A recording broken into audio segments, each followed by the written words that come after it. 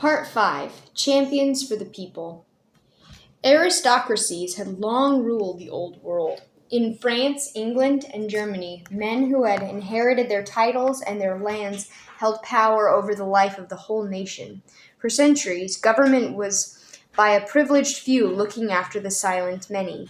Even after the European revolutions of the late 1700s and early 1800s, old aristocracies still controlled the government in most countries. In the United States, while some people were richer than others, there was no old-style aristocracy. If the people did not look after themselves, who would look after them? In these years after the Civil War, there came a great new test for self-government. Could a nation so large and varied find national leaders to speak for all its citizens? The nation was growing strong and rich. It was becoming more and more citified. It boasted bigger and bigger businesses. Could it find loud, clear voices to speak for the farmer, for the small businessman, for the individual factory worker, and for all those others who had little wealth or power and who were in danger of being left out? Chapter 24. The Farmers Find a Voice. During the Civil War, many farmers, in both North and South, prospered. There was a great demand for food to supply the armies. There were fewer people working on farms, and the prices for farm products went up. But within a few years, after Appomattox, the farmers' troubles began. A bushel of wheat had sold in 1873 for $1.21. 12 years later, it had gone down to 49 cents. A pound of cotton cost 21 cents in 1873. 20 years later, you could buy it for 5 cents, but the farmers' expenses had gone up. Millions of farmers, like many homeowners today, were buying their farms on mortgage loans. In good times and in bad, the farmer had to make regular payments. The heartless sheriff with a long mustache who threatened to foreclose the mortgage was no joke to the poor farmer between about 1870 and 1900. In God we trust, the farmer's saying went, and in Kansas we busted. In the Depression of 1893, when factories closed, many unemployed workers went back to the farm and added to the farmers' burdens. Banks foreclosed their mortgages. Farm families walked the country roads in desperation. But they did not take their troubles lying down. As early as 1867, they had begun to organize. Within 10 years, the patrons of husbandry had members all over the country. They met in the 20,000 local lodges they called granges. On the 4th of July, 1873, groups of farmers met to hear a farmers' Declaration of Independence. In July 1893, farmers who believed they needed their own political party formed a Farmers' Alliance and organized the Populist Party in Omaha, Nebraska. Crusaders like the rabble-rousing Tom Watson of Georgia spoke for them in Congress, and they spoke loud and clear. "Before I will give up this fight," Watson warned, "I will stay here till the ants tote me out of the keyhole." One of the farmers' loudest demands was for cheap money. That meant a high price for wheat, corn, and cotton. The farmers, who were always in debt, were most worried about how to keep up the yearly payments on their mortgages so they could hold on to their farms. Suppose, for example, that a farmer owned $500 on his mortgage every year.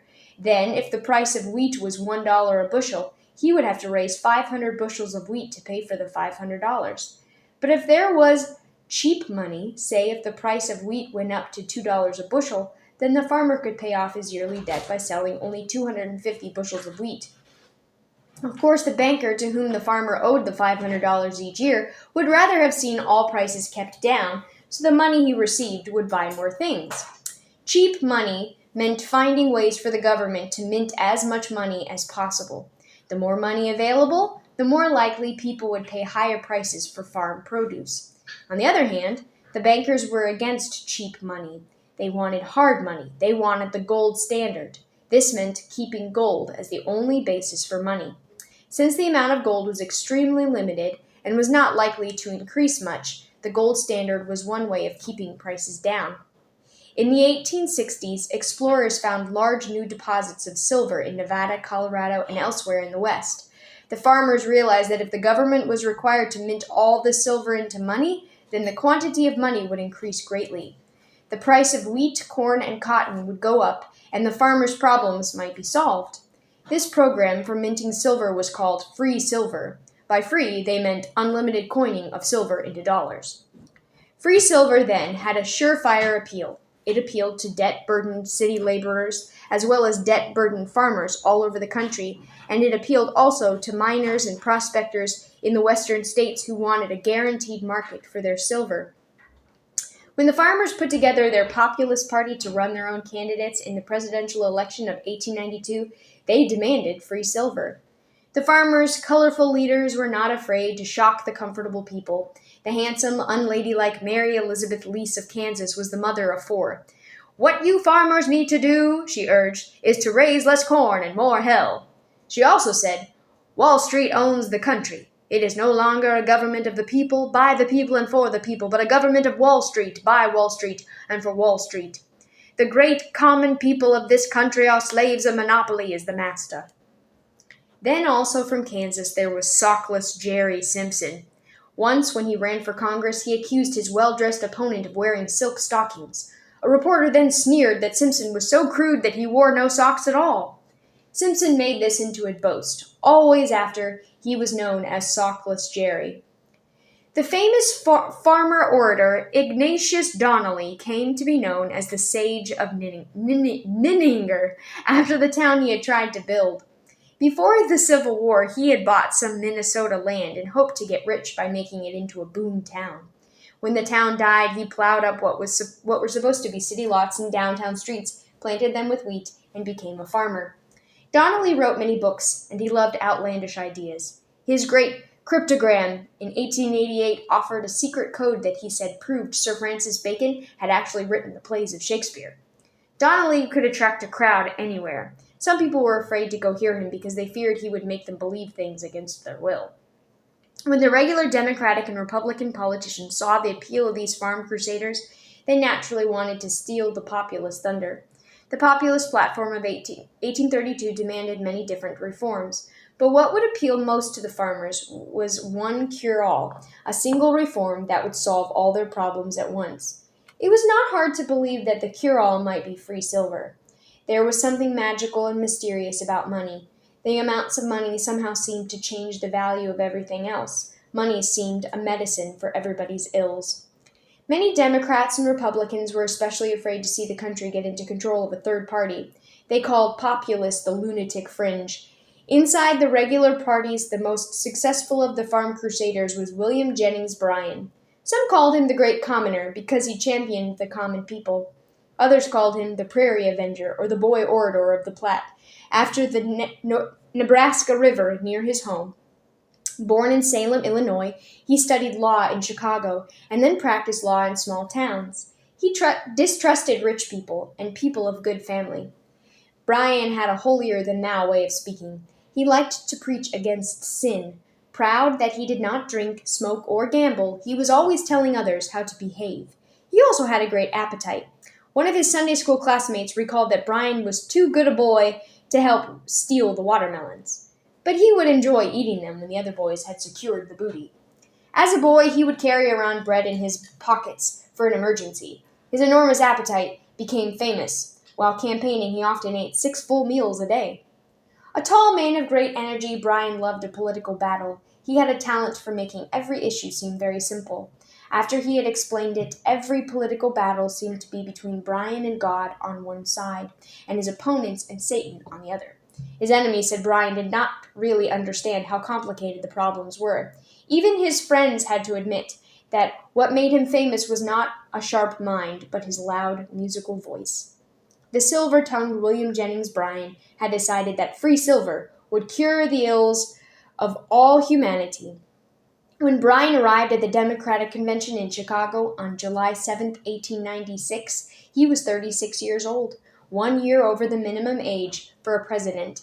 He had served only 4 years in Congress, and almost no one outside of Nebraska had heard of him. Unlike the other leading candidates, he did not have rich supporters. As the Democratic Party convention gathered, no one had decided whether the party should stay with the gold standard or whether it should join the farmers in their pursuit of free silver.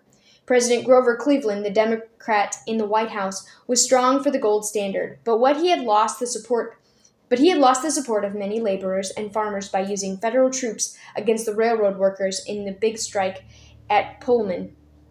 He had a reputation as a spokesman for big business.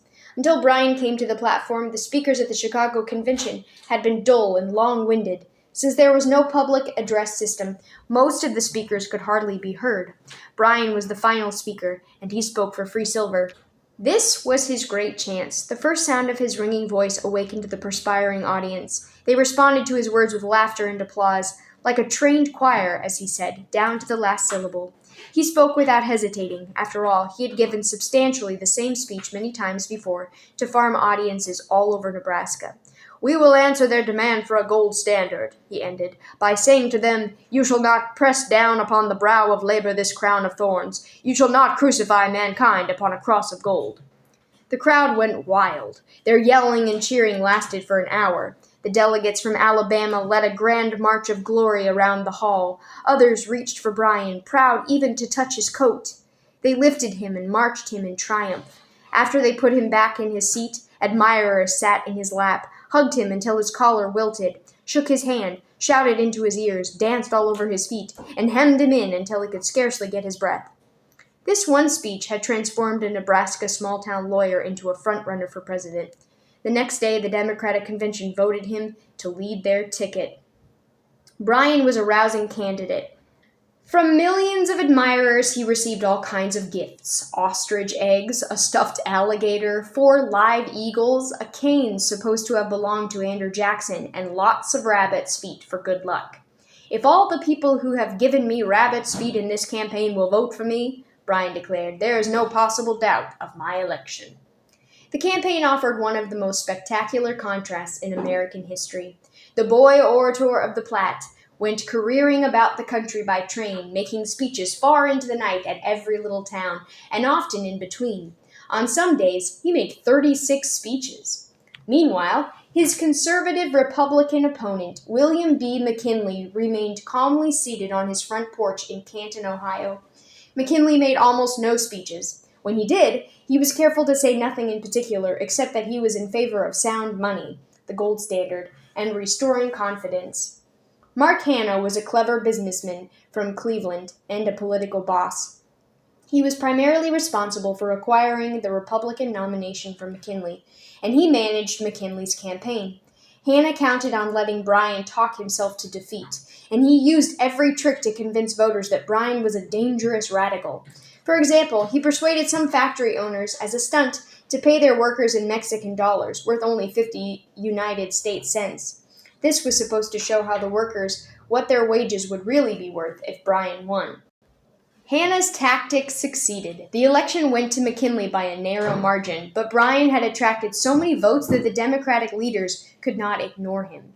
Twice again, in 1900 and 1908, he was named the Democratic candidate for president. Bryan never won. But the age of reform had arrived. Free silver, the simple-minded cure-all, was never adopted. But other populist reforms, the regulation of railroad rates, control of monopolies, limits on the hours of labor, and a federal income tax all became law. The populists had done more than anybody else to advertise the farmers' troubles, and the big old parties, the Democrats and the Republicans, got the message. They adopted the main populist reform as their own. The populists, who had lost many noisy battles, finally won a silent victory.